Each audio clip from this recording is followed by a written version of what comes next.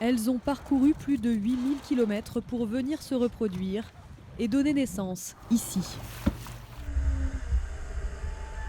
De juillet à octobre, les baleines à bosse sont les stars de l'océan Indien.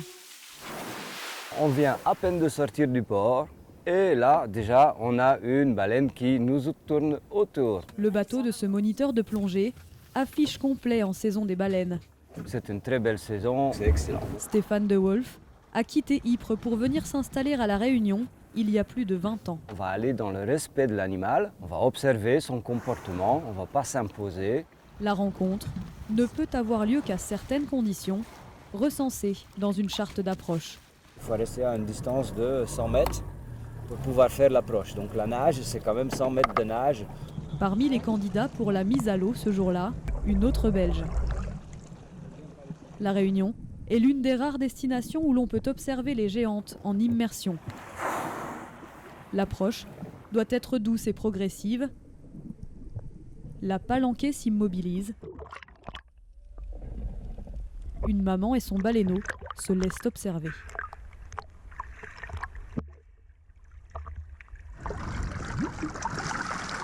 Pour moi, c'était un rêve depuis longtemps de pouvoir aller voir sous l'eau. On se sent vraiment privilégié. C'est surtout ça qui nous laisse nous approcher de si près.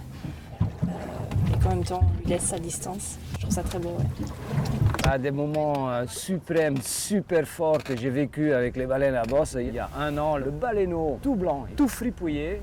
Et tu vois encore un petit bout de cordon ombilical, quoi. Ça, c'est un moment extra. Depuis l'arrivée de l'animal sauvage dans cette zone balnéaire, l'activité nautique s'est intensifiée. Au port de Saint-Gilles, des dizaines d'embarcations de bateaux de plongée et de plaisance prennent le large chaque matin. Rien que ce bateau de tourisme accueille jusqu'à 600 personnes quotidiennement au pic de la saison des baleines. À bord, parmi les touristes, des collégiens. Pour leur première sortie scolaire de l'année, ces adolescents prennent la mer. C'est énorme. C'est rare d'en voir aussi près. D'habitude, j'en vois juste à la télé. On en a tous vu, nous. On a vu toutes les baleines. On veut d'abord les émerveiller, mais c'était important par rapport à l'actualité avec l'île Maurice de leur montrer à quel point c'est catastrophique justement de tuer ces cétacés. Le Japon, l'un des rares pays à chasser la baleine, a récemment fait part de son intérêt pour la zone économique exclusive mauricienne, voisine de la Réunion.